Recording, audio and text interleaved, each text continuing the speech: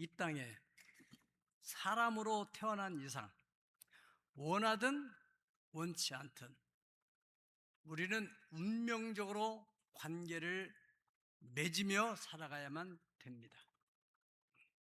누구와요? 사람과.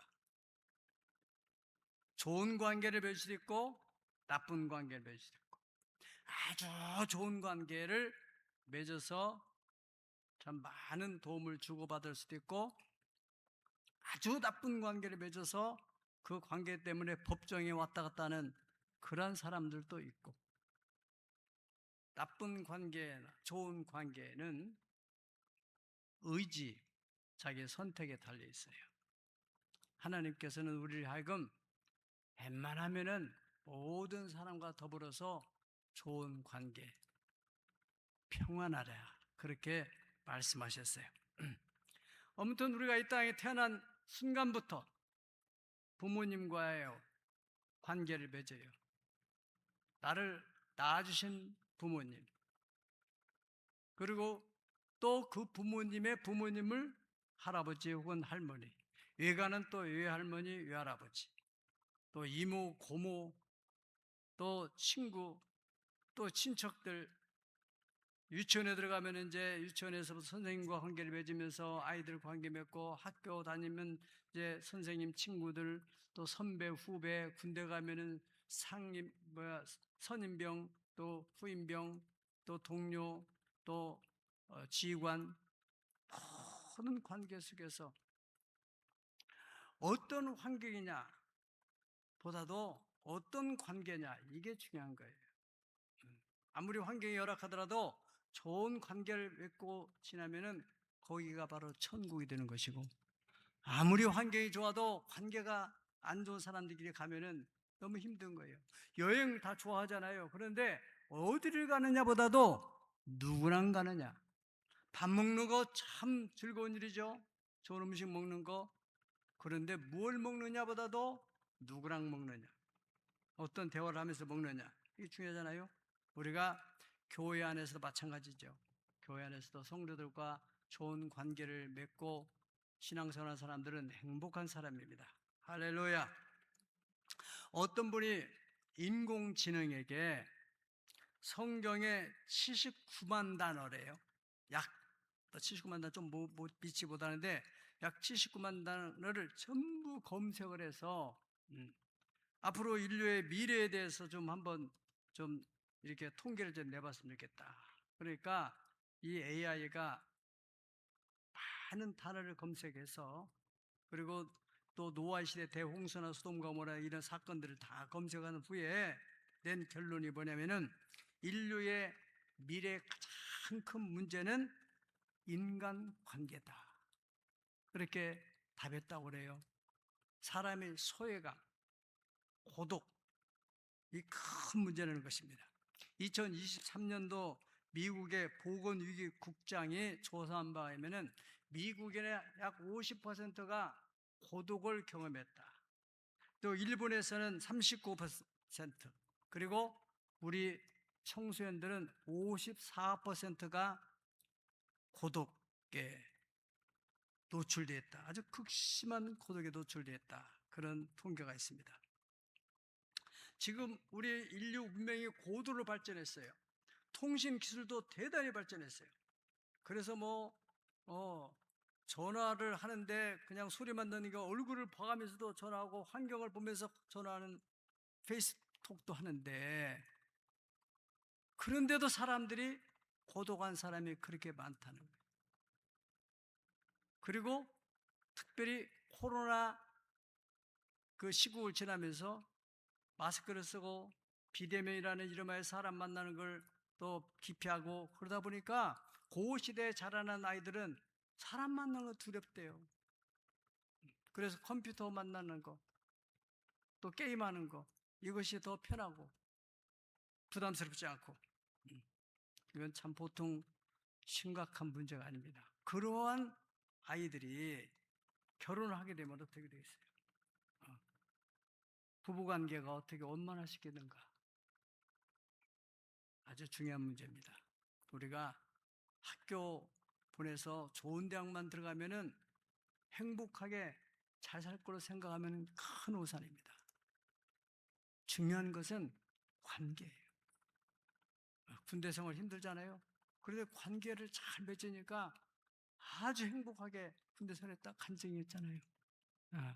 제가 어제도 우리 미국에서 우리 국제학교를 졸업하고 미국에 가서 대학을 졸업하고 뉴욕에 있는 아주 유수한 그러한 회사에 취직했다고 학생이 문자가 왔어요. 구구절절 읽어보니까 너무너무 감동이 돼요. 얘는 어디 가든지 그 성품이나 그 실력이나 그 인품, 또 사람이 요즘에 인성을 보잖아요. 반드시 인정받고 사랑받고 너는 존경임 받게 되겠다. 네, 그렇게 다 버렸어요.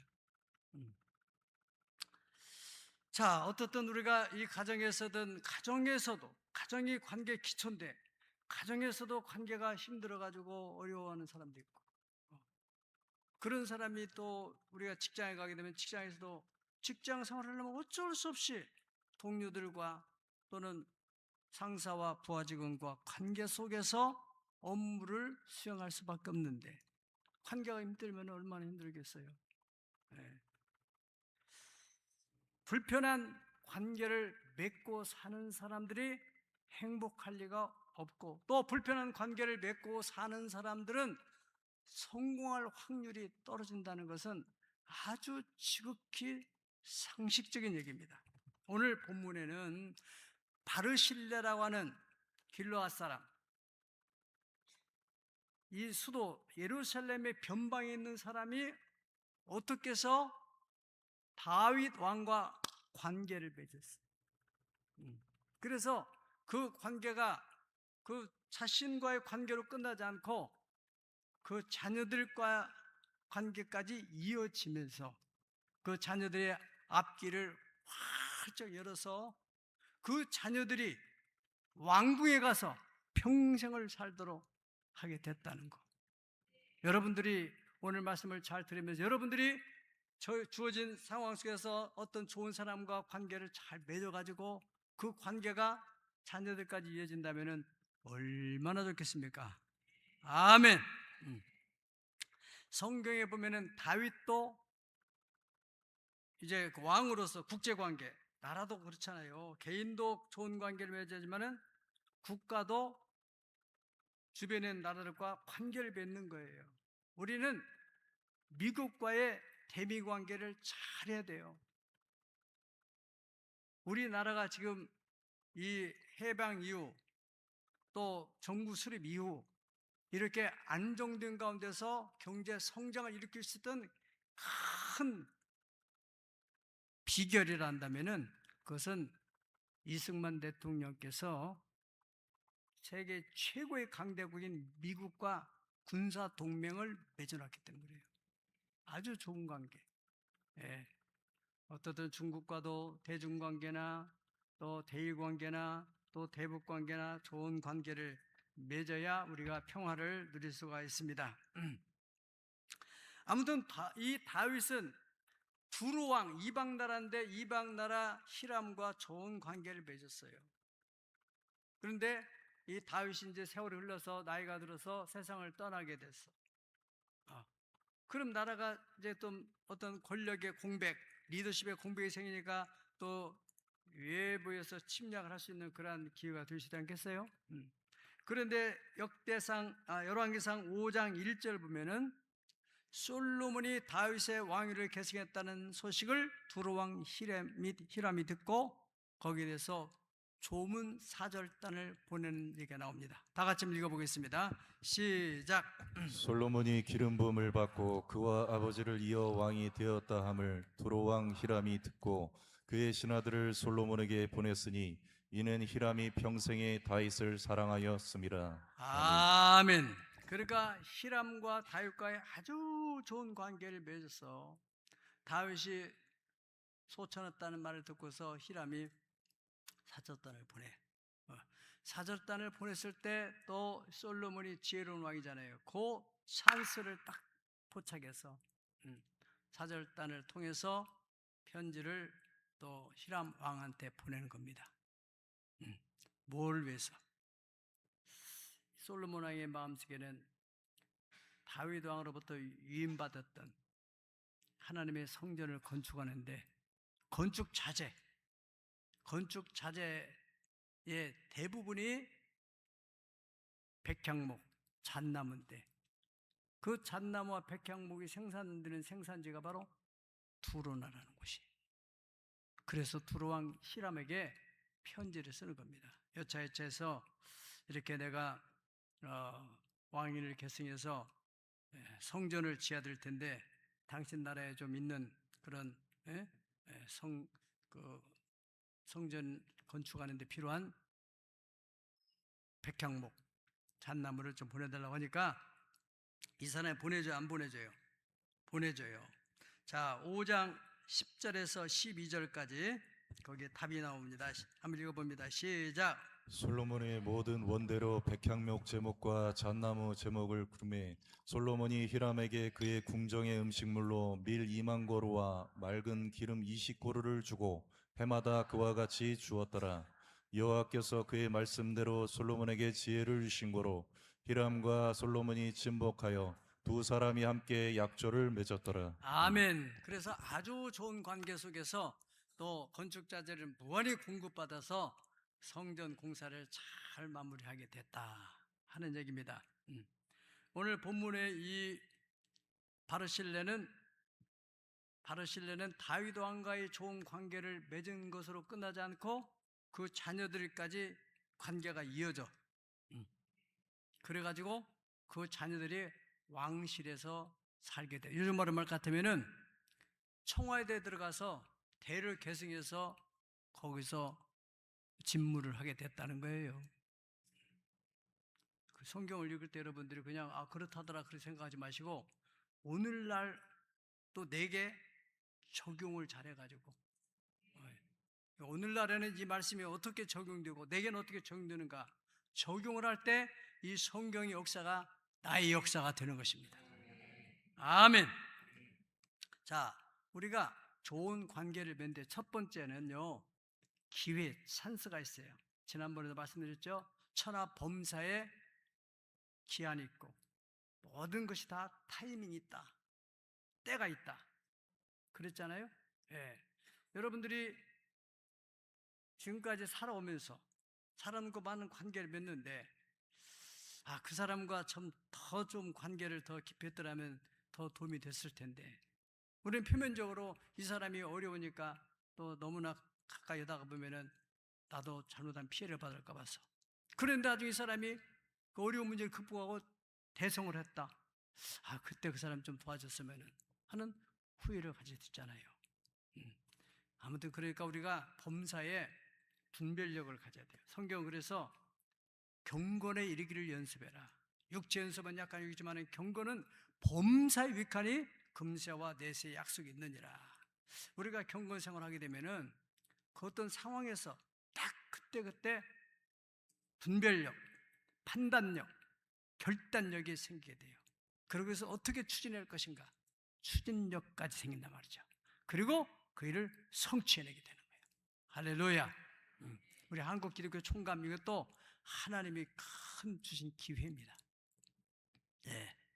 그리고 다음 주에 또 미국의 고위층이 되시는 분이 오시는 것도 하나님 주시는 그 기회예요. 기회. 예. 절대 천하 범사에다 우연한 일이라고 생각하면 안 돼요. 그러니까 성공하는 사람, 좋은 관계를 맺는 사람 보면은 그 찬스. 여러분 그 웃음 박사, 신바람 박사, 황성환 박사님 계셨잖아요. 그분은 저 춘천에서 기차 타고 오던 길에 어떤 사람에게 전도를 하다가 관계를 맺게 됐대요. 그리고 전도를 받은 사람이 연세대학교에 어떤 좀 위치가 좀 높은 데 있었던가 봐요. 이 사람 나는 이렇게 신앙 가지고 있는데 이렇게 열정적으로 전도를 하는구나.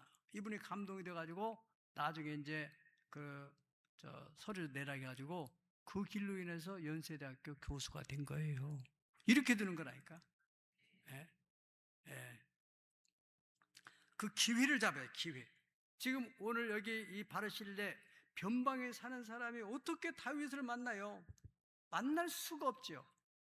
예, 물리적으로나 사회 계층으로나 유유상종이라는 말처럼 다 사람은 끼리끼리 살게 돼 있어요. 사회 계층 있잖아요. 고위층 있고 중산층 있고 하류층 있고 누가 구분하지 않더라도 어쩔 수 없이 다 그렇게 살게 돼 있어요. 예. 그런데 우리가 출세하려면은 밑에서 착 올라가는 방법도 있지만은 고위층을 어느 날 만나면은 바로 끌어 올라가는 거예요. 또 그런 집들과 결혼하게 되면 바로 올라가게 되는 거예요. 예. 어차피 기왕에 인생을 한번 사는데 참 멋지게 살다 가는 게 좋지 않겠어요? 예. 하나님께서는 우리를 하여금 너는 머리가 될지라도 꼬리가 되지 말고 위에 있을지라도 밑에 내려가지 말고 하나님께서는 약한 자를 붙들어서 강한 자를 부끄럽게 하시며 또 가난한 자를 붙들어서 또 빈핍한 자를 붙들어서 귀족들과 함께 앉게 하시는 그런 하나님이다. 할렐루야. 예. 어떻든 이 바르실레가 어떻게 다윗을 만났느냐? 압살롬이 반란을 일으켜가지고 다윗이 급하게 피난길에 올라오게 되고 요단을 건너서 길앗으로 와겠다는 말이에요. 거기에 보면은 사무엘하 17장 27절에 29절을 보면은 그 피난 나올 때 마하나임으로 피난왔다는 소식을 들었던 사람들이 나하스의 아들 소비 또 암멜의 아들 마길 그리고 길르앗 사람 바르실레 이 사람들이 침상과 대야와 질그릇과 밀과 보리와 밀가루와 볶은 곡식과 콩과 팥과 볶은 녹두 꿀과 버터와 양과 치즈를 가져다가 다윗과 그와 함께한 백성에게 먹였다 그랬어요. 갑작스레 피난하게 먹을 것도 없고 잠잘 때도 만만치 않고 그러니까 이 세 사람이 같은 부자였던 것 같아요. 그래서 이렇게 잘 공개를 했단 말이죠. 그런데 이 두 사람은 어떤 연유에서인지 내용이 없어지고 마지막 바르실레만 남아. 그래서 나중에 다윗 왕이 이제 사태가 수습되고 왕실로 복귀를 할 때 또 바르실레가 와서 오늘 이제 본문에는 인사를 드리는 거예요. 그동안 고생 많으셨습니다.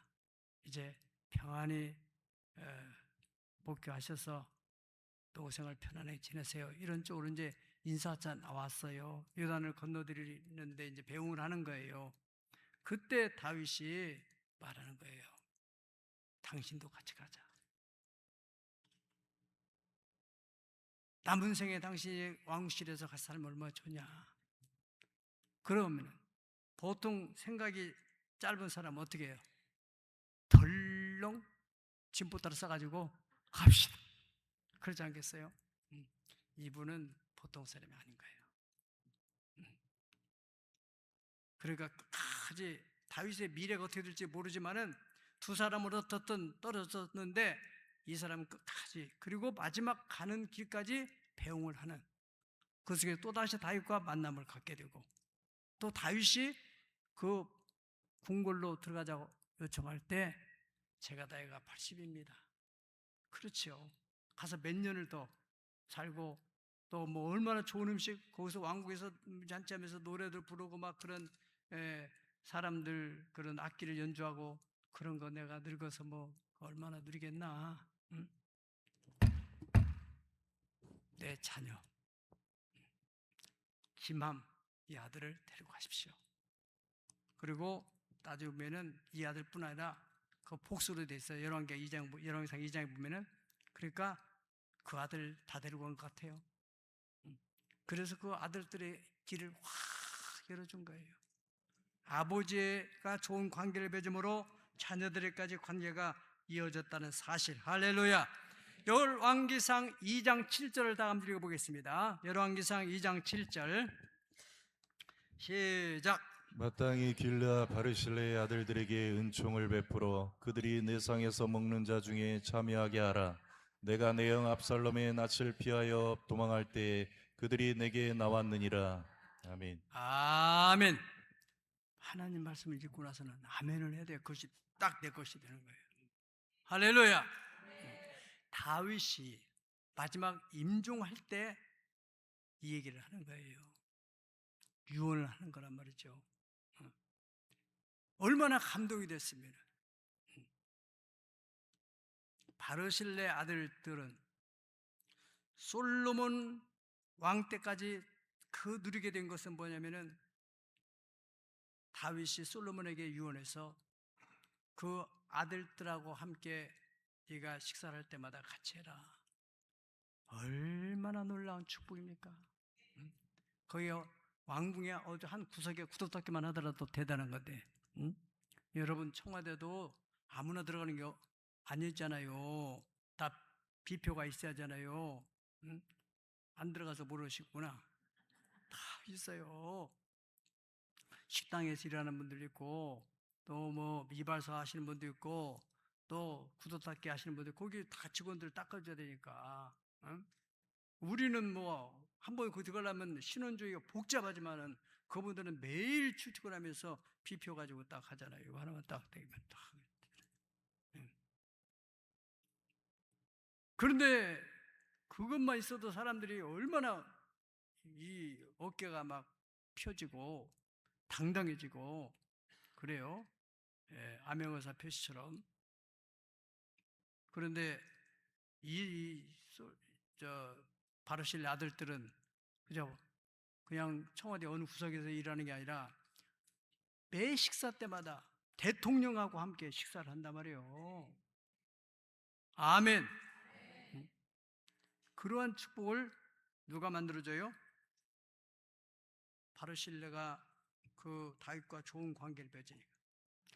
자, 두 번째로 좋은 관계를 맺기 위해서는 그 기회를 잡았으면은 그다음에는 의전, 편한 말로 말하면은 예우. 예수님께서도 말씀하시기를 마태복음 7장 12절에 무엇이든지 남에게 대접받고자 하는 대로 남을 대접해라. 이것이 율법이요 선지자의 강령이다. 골든 룰, 황금률이라고 합니다. 우리가 대접을 받고 존귀한 대접을 받고 싶다면은 사람들에게 그렇게 대접을 하는 거예요. 사람들을 막 함부로 무시해놓고 나는 대접받기로 하고 왜 그렇게 나한테 이렇게 함부로 합니까? 자기가 그렇게 해놨잖아요. 가정에서도 마찬가지예요. 남편에 대해서 아내에 대해서 함부로 막 대하면은 뭐가 되겠어요? 부모님에 대해서 자식에 대해서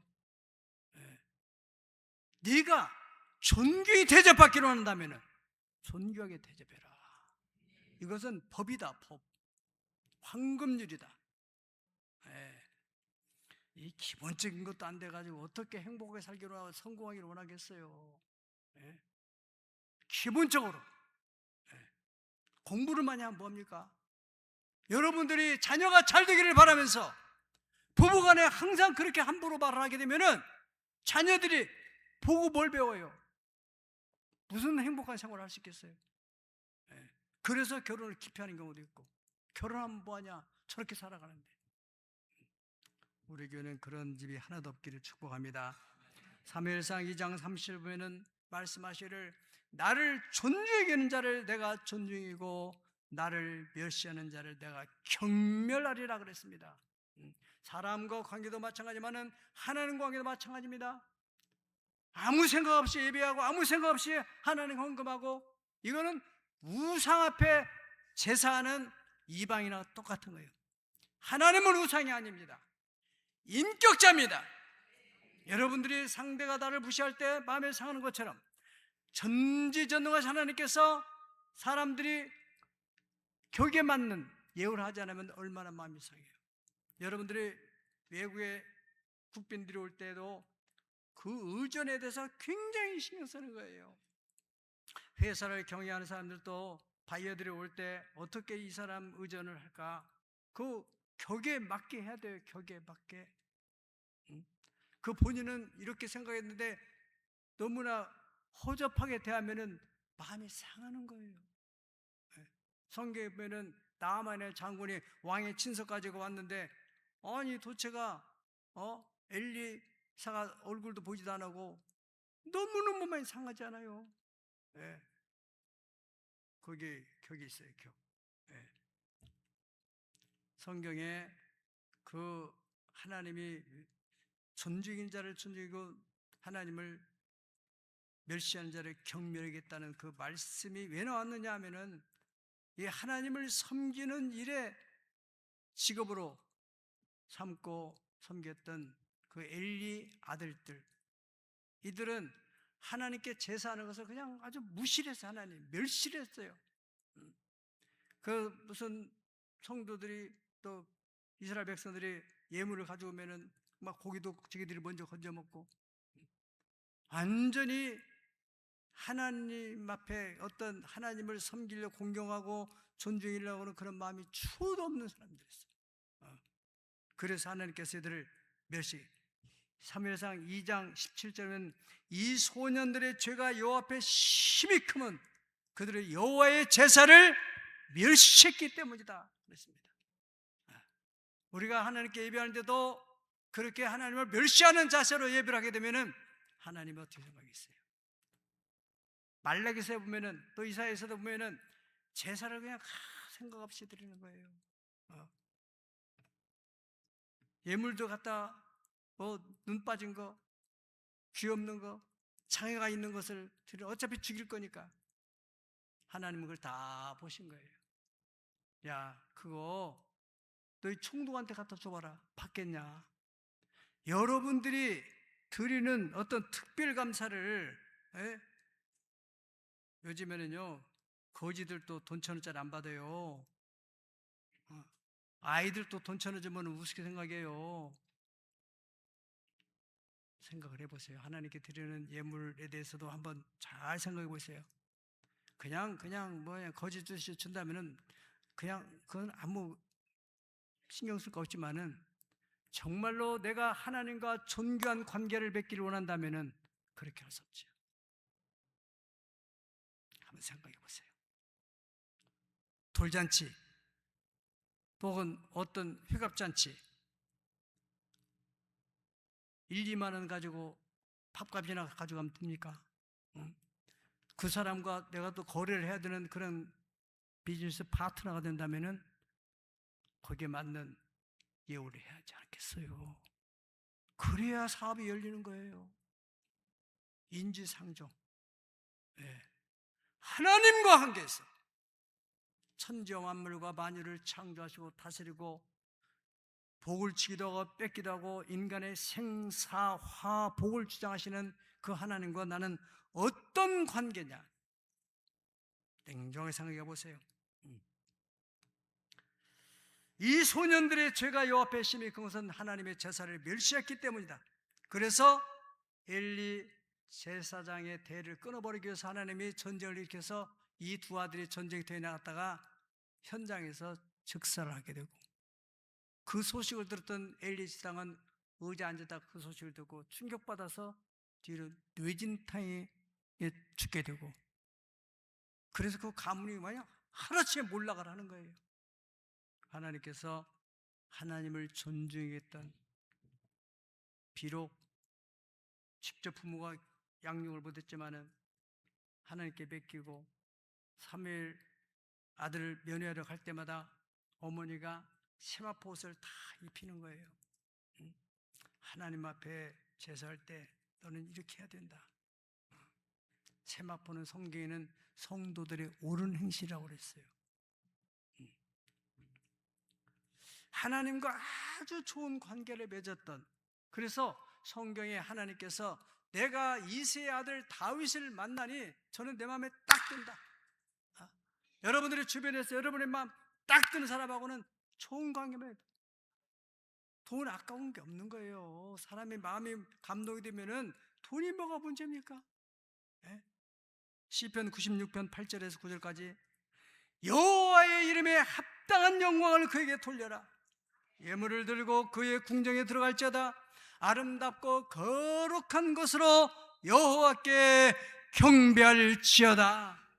이것이 다윗의 신앙이에요. 그 이름에 합당한 영광. 우리가 인간관계에서도 말씀드렸듯이 그 사람의 격이 있잖아요. 그 격에 맞는 예물, 그 격에 맞는 예우, 그거 필요해요. 네. 역대상 29장 13절에서 14절을 다 보실까요? 시작. 우리 하나님이여, 이제 우리가 주께 감사하며 주의 연하온 이름을 찬양하나이다. 나와 내 백성이 무엇이기에 이처럼 즐거운 마음으로 드릴 힘이 있었나이까? 모든 것이 주께로 말미암아 싸우니 우리가 주의 손에서 받은 것으로 주께 드렸을 뿐이니이다. 아멘. 아멘. 이게 다윗의 마음이에요. 내가 뭐 헌금 많이 한다 그런 게 수도 교만한 마음이 없어요. 하나님께서 주신 것을 드렸을 뿐입니다. 청지기 자세. 그렇게 하나님과 다윗이 좋은 관계를 맺어놓으니까 다윗은 죽었어요. 수십 년, 수백 년이 흘렀는데도 하나님은 다윗의 것. 그래서 그 후손들이 잘못했는데도 왕권을 뺏질 않아. 열왕기하 8장 19절에 보면은 여호와께서 그의 종 다윗을 위하여 유다 멸하기를 즐겨하지 아니하셨으니 이는 그와 그 자손에게 항상 등불을 주겠다고 말씀하셨기 때문이다. 아멘. 열왕기하 19장 34절 다 같이 시작. 내가 나와 나의 종 다윗을 위하여 이 성을 보호하여 구원하리라 하셨나이다 하였더라. 아멘. 아멘. 내가 내 종 다윗을 위해서. 다윗은 죽은 지가 수백 년 지났어요. 다윗을 생각하고 다윗을 위하여 이 성을 내가 보호하리라. 그 외에도 하나님은 다윗과의 생전의 좋은 관계들을 아름다운 추억을 가지고 있어요. 네. 우리가 만약에 그런 관계를 맺는다면 그 후손들을 하나님이 어떻게 하겠어요? 순교대 후손들, 자기 하나밖에 없는 생명을 하나님께 바친 사람들, 평생 하나님의 교회를 섬긴 사람들 후손이 잘 될 수밖에 없습니다.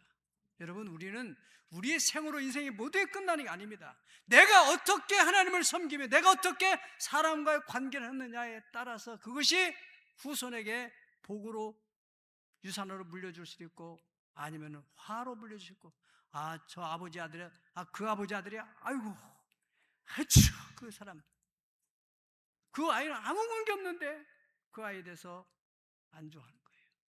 네. 우리가 성경에 보면 시몬과 마리아에 대해서 예수님께서 시몬이라는 사람 집에 그 신방을 갔어요. 그 사람이 신방을 왜 처했는지 알 수 없지만 이 사람은 납병에 걸렸는데 고침받았고 그리고 어떤 예수님을 보시게 됐어요.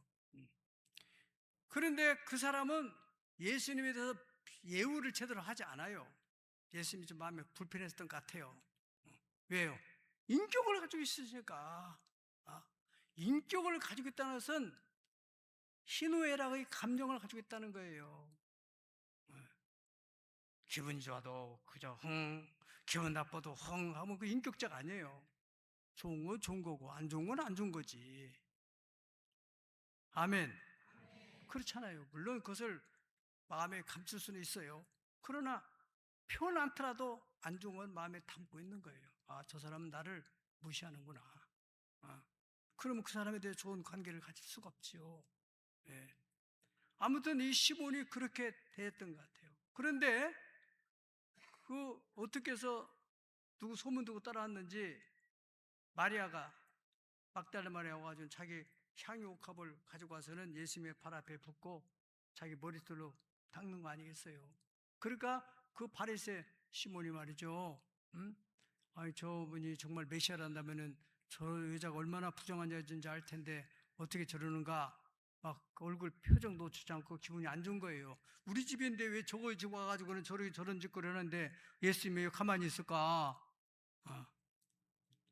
예수님께서 그 시몬에게 뭐라고 합니까? 44절 46절 보면은 시몬아, 그 여자를 보느냐? 이 여자를 보느냐?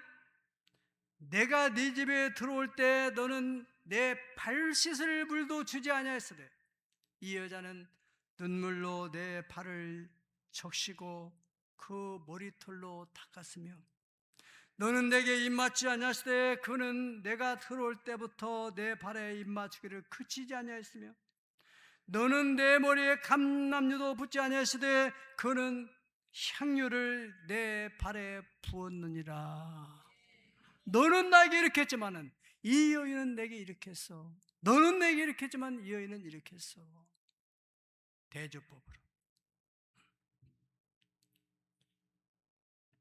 그때 예수님이 얼마나 마음에 감동이 됐으면 이 막달라 마리아가 그 옥합을 깬 거에 대해서 내 복음이 세상에 전파될 때 이 여인이 행한 일도 꼭 전해줘라. 사도행전 10장 보면은 고넬료라는 사람이 베드로를 초청해가지고 신방 예배를 드리는데 이 사람이 사회적으로 고위층이에요. 요즘으로 말한다면은 그 우리나라가 외정시대다 봅시다. 외정시대. 이 일본 사람들이 우리를 이렇게 지배할 때 일본의 경찰 간부야. 이 사람이 이름도 별로 알려지지 않은 목사가 신방 왔을 때 그냥 꾹 엎드려서 절을 하면서 영접하는 거나 마찬가지예요. 바로 고넬료가 그렇게 했어요. 로마의 지휘관이 백부장이야. 그런 지휘 있는 사람이 그렇게 하니까 베드로가 몸둘 바를 몰라가지고 손을 잡으면서 아유 나도 사람이라고 왜 나한테 이러냐고. 그때 고넬료가 뭐라고 합니까? 우리는 하나님 앞에 있습니다. 그 말의 의미를 보면은 내가 당신보다도 당신을 쓰시는 하나님을 사랑하고 그 하나님을 경유하기 때문에 당신이 하나님의 복음, 축복의 말씀을 가지고 또 사신으로 우리 집에 오기 때문에 내가 이렇게 하는 것입니다. 여러분 신방을 할 때도 보면은 그 사람이 얼마나 하나님 앞에 서 있는가 이게 다 드러나게 되어 있어요. 아무튼 우리는 이 신앙생활에서부터 시작해서 이것을 잘 여기서 기초가 다져져서 세상에서 사회생활할 때 왜 저 사람이 금방 오다를 줄 것 같다가 가고 안 주느냐 연락도 없느냐 이유가 있는 거예요. 그 사람을 탓하지 말고 내가 어떻게 그 사람을 대했는가. 좋은 관계를 위해서는 세 번째로 은혜에 대한 보답입니다. 보답. 크고 작은 은혜를 우리가 입었으면 문자라도 전화라도 말로라도 또 거기에 상응하는 또 어떤 물질로라도 감사를 표하며 그것이 관계를 더 깊이 증진시키는 비결이 된다는 사실을 기억하시기 바랍니다. 시편 116편 2절 12절을 보면은 시편 기자는 그렇게 말합니다. 내게 주신 모든 은혜를 내가 여호와께 무엇으로 보답할까?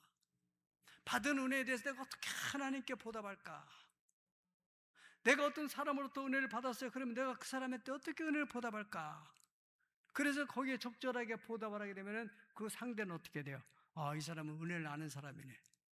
지난 말씀드렸잖아요. 10명의 나병 환자가 있었는데 다 고침받았는데 한 사람만 와서 예수님께 감사의 표를 할 때 예수님이 그 9은 어디 갔느냐? 똑같아요. 내가 어려운 사람들 이렇게 몇 사람 도와줬는데 딱 한 사람만 와서 그 은혜에 보답을 하면은 얼마나 그 사람에게 감사하고 그렇지 않은 사람하고는 관계가 좋아질 수 있겠어요? 제가 가까이 지냈던 목사님 한 명 있었는데 생활이 어려운데 아들이 그때 이제 고려대학교에 합격했다고 그러면서 목사님 우리 아들이 들었는데 등록금이 부족하고 뭐 나도 사실 그때 뭐 어려울 때였지. 카드를 가서 이 카드로 대출을 받아가지고 그때 당시 돈으로 80만 원을 긁어줬어요. 우리 집사람 알면은 쫓겨날 만큼 큰 돈인데. 예. 참 근데 그 말로는 아이고 목사님 이 사람이 형편이 좋아지고 그러는데 한 번도 거기에 대해서 그런 보답을 하죠. 그리고 아들이라도 한 번 얘기를 할 수 있잖아요. 나도 사람이기 때문에 섭하는 마음이 있어요. 더 이상 깊은 것 갖고 싶잖아요. 그 사람만 여러분도 똑같을 거예요. 주님의 십자가의 대속 은총, 에벤 에스의 은총, 여기까지 나를 도와주신 하나님의 은혜를 생각하고 전방위로 하면서 하나님 이거 저거 참 이렇게 수많은 사람이 네 사람, 5사람 중에 한 사람이 암이라는데 내가 건강을 잘 관리해서 건강합니까? 그 사람들 건강 안 관리했어요? 성결교 신학으로 말하면은 그레이스 힐링이라고 그래요. 은혜의 치료.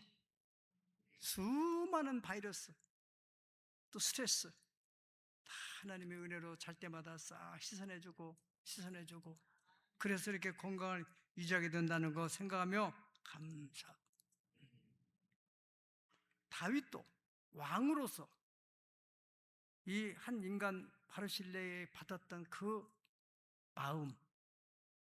마음을 간직하고 있기 때문에 그 아들들이 와서 이제 뭐 자기 생전에 해줄 만큼 했으면 끝날 거 아니겠어요? 그런데 그 마지막 숨이 넘어가는 순간까지 그 아들 솔로몬에게 다른 할 일도 많건 많은 바르실레의 아들을 꼭 기억해서 너와 함께 식사를 하도록 해라. 얼마나 마음이 감동했어. 그러한 마음을 가지고 있는 다윗의 마음, 그 마음이 하나님의 마음에 합한 마음이에요. 하나님은 그렇게 은혜를 기억하고 늘 은혜에 보답하려고 하는 그런 마음의 소유자를 하나님이 기뻐하신다는 거예요. 마지막으로는 좋은 관계로서는 선물이 중요합니다. 선물이 관계를 더 증진시키고 깊이하는 촉매제가 되는 거예요. 물질을 어디다 써요? 물질을 어디다 써요? 꼭 쓸 때 그때 써야 되는 거예요. 잠언서 18장 16절 이제 마지막 말씀 한번 보고 마칩시다.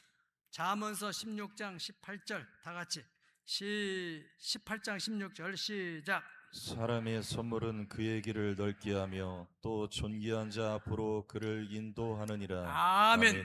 사람의 선물은 그의 길을 넓게 한다는 거예요. 하나님의 말씀이에요. 지혜의 왕 솔로몬을 통해서 뿐만 아니라 넓혀 형통케 할 뿐만 아니라 존귀한 자의 앞으로 그를 인도하진다. 존귀한 자, 비천한 자를 안 만나고 그 선물이 그를 존귀한 자 앞으로 이끌어 간다는 거 아니겠어요? 예. 여러분 정말 하나님이 살아계심, 하나님의 영광을 보기를 원한다면 어떻게 돼요? 하나님이 범사에 만나는 이 만남의 관계를 소중히 세요. 우연한 일은 없습니다. 특별히 어려움에 처한 사람, 사회적인 소유 계층, 그 사람이 영혼이 어렵지 않아요. 회복할 수도 있고 또 그 자녀들 세대에 일어날 수도 있고, 땅을 살 때도 이미 다 오를 때 오른 땅 살려고 하지 말고 저 변방 있는 땅을 사놨다가 오르게 하옵소서 이렇게 기도해야지. 똑같아요. 관계도 사람들이 별로 접근하지 않고 참 소외된 이런 사람들, 예수님 말씀하시기를 가난한 자, 소외된 자, 옥에 갇힌 자, 헐벗은 자, 그에게 한 것이 내게 한 것이다. 그렇게 말씀하셨잖아요. 그래서 그런 사람 돕는 그런 기회, 그리고 사람과 관계에서 그 사람의 격에 맞게 우리가 예우를 해야 된다. 세 번째로는 받은 은혜가 있다면 그 은혜에 보답하려는 그런 마음을 가져야 되고, 마지막으로는 작은 선물이라도 꼭 선물을 주려는 마음의 자세. 그러면 여러분의 길이 넓어지고 존귀한 자 앞으로 인도받게 될 것입니다. 거기서 바로 신뢰가 후손이 잘 된 것처럼 여러분들이 관계를 잘 맺음으로 여러분 후손들이 잘 되고 하나님의 영광이 드러나시기를 예수 이름으로 축복합니다. 그렇게 되기를 원하는 사람 두 손 들고 함께 기도할 때 지나온 모든 세월들 돌아보면 은혜가 아닌 것이 없습니다. 찬송하고 기도할 것입니다.